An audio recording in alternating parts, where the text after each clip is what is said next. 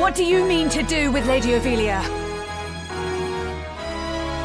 I will return her to Gallows as per my contract. What Duke Larg does with her after that is not my concern. Dukes Larg and Goltanna are cut from the same cloth. Both sides would use her as a pawn. Just as Dystarg and Larg now use you. Are you not ashamed to be no more than a piece in their game? Have you no pride? No honor? Pride? Honor? Such flights of fancy are long since flown from me, my lady. Ramza, you are a Beowulf. You didn't know? Aye. This little whelp is a son of the great house Beowulf. 'Tis true. I am sorry I kept it from you. Yet though I am my father's son, that does not make me the same as my brothers. I knew naught of the plot to kidnap the princess. For the honor of my house, I will bring an end to these machinations. I will put everything to rights. This I swear. Do you truly think I would doubt you now? You have more than proven yourself. Gaffgarion, I would ask why you involve yourself in this, but such questions are moot now. Oh, Agrias, ever the White Knight. You do well to give up on the princess. Oh, and while you're at it, give up your sword and armor too. You'd be happier settling down, as a woman should. And you, sir, are ever the knave. To this day, you treat me with contempt. You seem to hold that one's sex limits where one finds fulfillment. You find yours in selling your sword for coin, yes? I do. Good to see that even one as straight-laced as you can appreciate that. If that brings you happiness, I'll not dismiss it. But is it not also the happiness of the countless women who have chosen the sellsword's life? These women share your values, find fulfillment in what they do. And it is not for any man to say otherwise. I know about you, Agrias. More than you care to assume. Your brother, the heir to the house, had died. And so your father raised you as a man, that you might lead instead. That is why you are become what you are. A girl who knows naught save being the princess's keeper. Do you truly find fulfillment in that? In living as a man? If so, I pity you. Do not feign concern for me. I see your words for what they are. Fear. The fear of a woman who defies your expectations, or indeed anyone who fits not your view of the world. To protect your fragile self-worth, you scorn those who share not your values. Those such as myself and Ramza. But I will not judge you for your narrow-mindedness, nor will I mock or despise you. Our worlds are simply different. Ever will there be things we struggle to comprehend about each other. Why use so many words when you could just call me an old relic? As I said, I've no intention of mocking you. Cling to your values if that is your wont.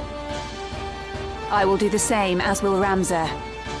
Even if understanding eludes us, I accept that you are the product of your experiences. You do mock me. But I'll have you know I've heard worse. What is this I behold? Against what do I fight? The Lion's Guard sends its best in Agrias Oaks, protector of the princess duly sworn. Your skill with blade unrivaled, so I hear. Your loyalty to her highness wavering not. As now we speak, your mistress for Sartenia makes her rightful crown and throne to claim.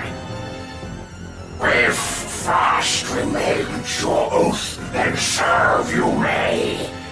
My ally, you need but be. Your ally? Wherefore would I choose to join hands with a grotesque abomination such as you?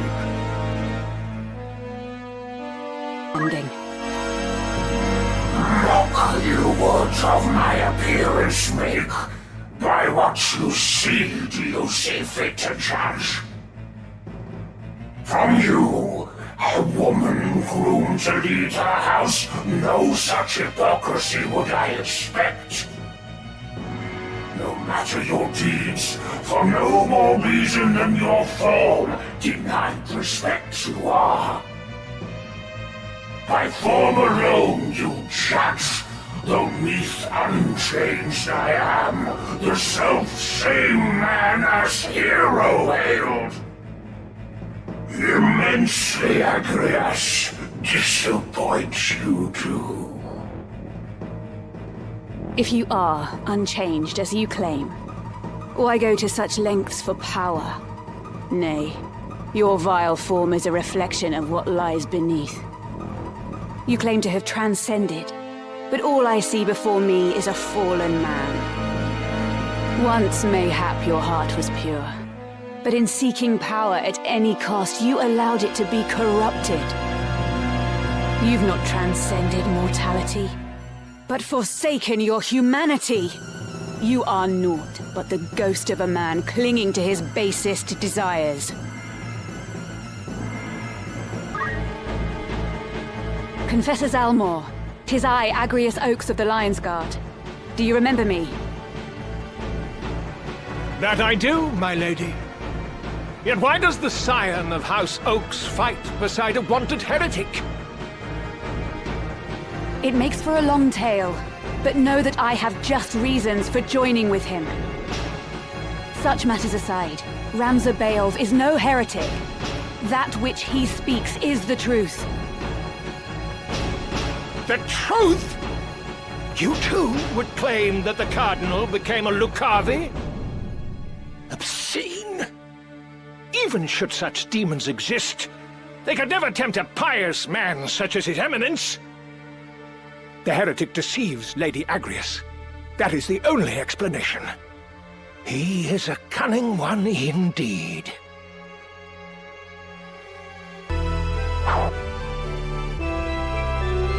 The stone did turn Delacroix into a Lucavi. I bore witness to the horror myself. Ramza speaks no word of a lie. I swear it, on my honor as a Knight of the Lion's Guard. What honor in the vow of a traitor to the crown and ally to a heretic? Your claims will find no purchase with me. Even supposing the Cardinal did become a Lucavi. An utterly absurd notion, to be clear. The fact remains that you are the ones who slew him. Your words themselves are a confession of guilt. I see my breath is wasted on you. You turn a blind eye to the evil truth, and are more the fool for it. A puppet, willfully deceived. In your ignorance, you stand at the edge of a precipice. When finally you realize this, you shall know only regret. Those very words I cast back at you, Agrias. It is you who shall know regret.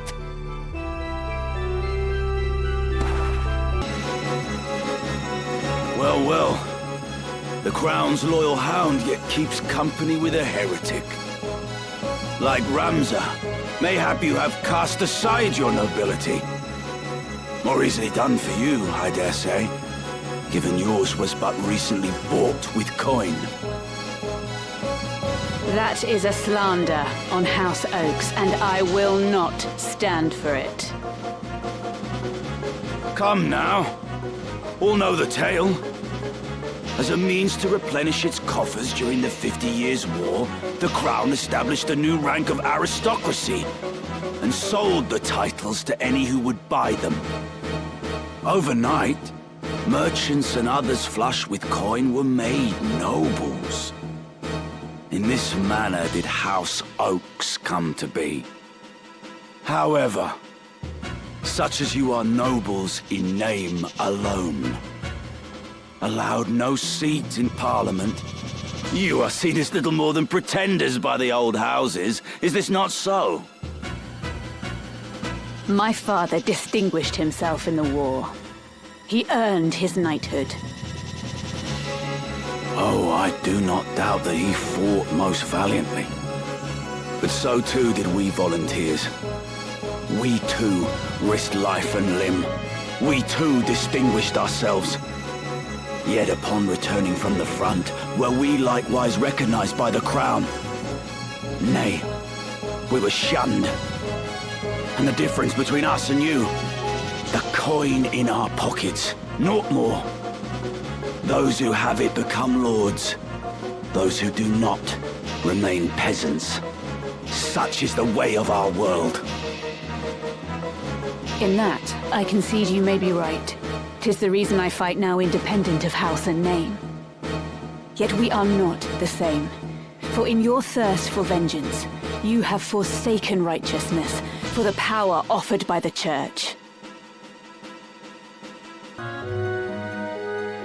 Ramza, what is your intent for Grand Duke Barrington? My intent for him? Why do you ask? The man appears to be ignorant of the Oracite's secret if his demand is only for the scriptures of Germanique. With the book in hand, I posit that he merely seeks to gain political advantage over Church and Crown. Vile though he is a man of station? Killing him would be ill-advised. Is that what you wish to say? Indeed. 'Tis an easy thing to strike at the foe before you, but lest we forget, he stands in the line of succession. Very well. If he has not been corrupted like the Cardinal, then I shall overlook his ambitions. My foremost concern remains Alma. We will leave with her, and Rafa and Marek as well. Wiegraf, how do you mean to achieve this? To grant freedom to the masses? With power upon downtrodden souls conferred, for all in equal measure power bestowed. What? But how? Whence comes my power, daughter of House Oaks? The stone, of course. My fervent most desire it answered, and thus granted might untold. You would hand out Oracite to the destitute and downtrodden? That's absurd! The Zodiac Braves numbered 12, and each possessed but a single stone. Even were you to obtain them all, it's impossible to do as you claim. Unless... Now few the Oracite, this much is true. Yet what we lack, we need but form ourselves. So this is the revolution the stone desires. But it will not come to pass. I will not allow it. You, a man who has been likened to a god of war, is in fact opposed to war. You'll forgive me if I struggle to believe it. In my defense, I do not claim to oppose war outright. Indeed, there are times it is the only solution. However, the catalyst for nigh all wars is human desire. The ambition of they who rule. Both Dukes Larg and Golgollada have made theirs crystal clear. They have no interest in peace, save in victory. And so you fell into despair. Is that it? Would that it was so simple. If they who rule are fools, so too are they who submit. The words of Gustav of the Corpse Brigade. He claimed to speak for the common man, and so I felt obligated to lend him an ear. But, as it turned out, He cared little beyond his own woes, all of which he laid at the feet of nobles. Mayhap he was right. Yet naught but grievances tumbled from his mouth. He had no constructive thought to offer, no vision for the future. The Corpse Brigade aside, any given day there are countless souls in the kingdom who know not whether they will have food to line their stomachs. Only a privileged few receive any form of education, and the rest haven't the luxury to ponder the realm's course. You cannot expect such as they, for whom the morrow is not guaranteed, to have a vision for the future. And I would agree. Yet that is precisely why naught has changed. Why their misery endures. I had endeavored to be a worthy lord. I cared deeply for my subjects, and risked life and limb for them in war. But eventually I tired of it all. Tired of all the fools above me and below. And so, when the enemy's arrow came arching, I could not find the will to move from its path. Yet here you are. You did not perish. No, your fervent desire invoked the Oracite's power.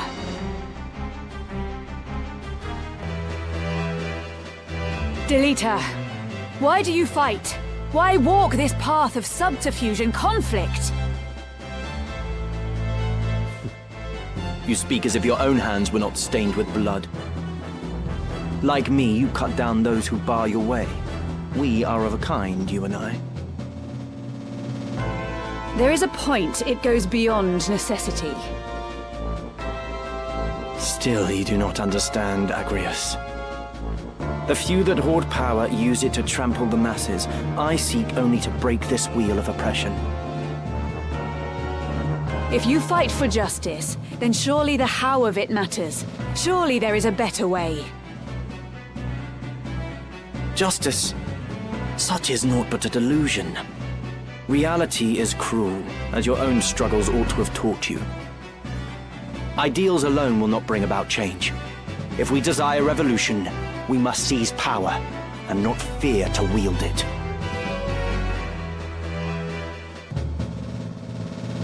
Come now, Agrias. You need not shy from the question you truly wish to ask me. Lady Ovelia, she is safe. You long to see her. 'Tis plain you'd rather be at her side than Ramza's. Alas, you have been branded heretics, wanted for the murder of Cardinal Delacroix amongst a host of other charges. Such as you have no place with the future ruler of the kingdom, and thus did you choose your course. If the Church pulls the strings of this war, by exposing its deception, would you best serve your princess? Answer my question. As I already told Ramza, you needn't worry about her. She is safe, even without you. She is aware of her role as Duke Goltana's rallying banner and duteously fulfills it. This she does not only for the kingdom, but for herself. She has made her peace with her part. Besides, she has me. You may not trust me, but you can at least trust she who does. I struggle to imagine my lady would place her faith in your light. But if Ramza trusts you, then so shall I.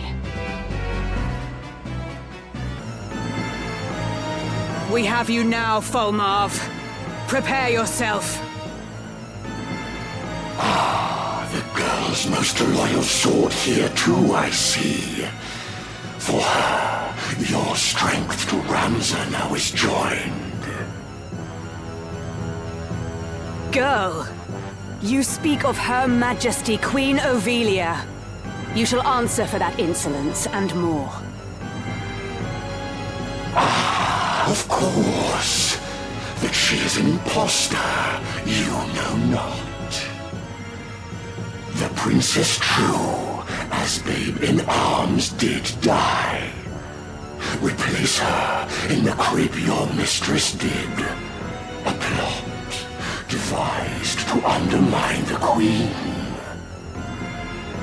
The Council's trump card she had been, until, with Orinus's birth, she lost her worth. Is that why she was confined to the monastery? No. You lie. I'll not believe you! Though hard it was, the girl herself believed. And still, she freely chose to claim the throne.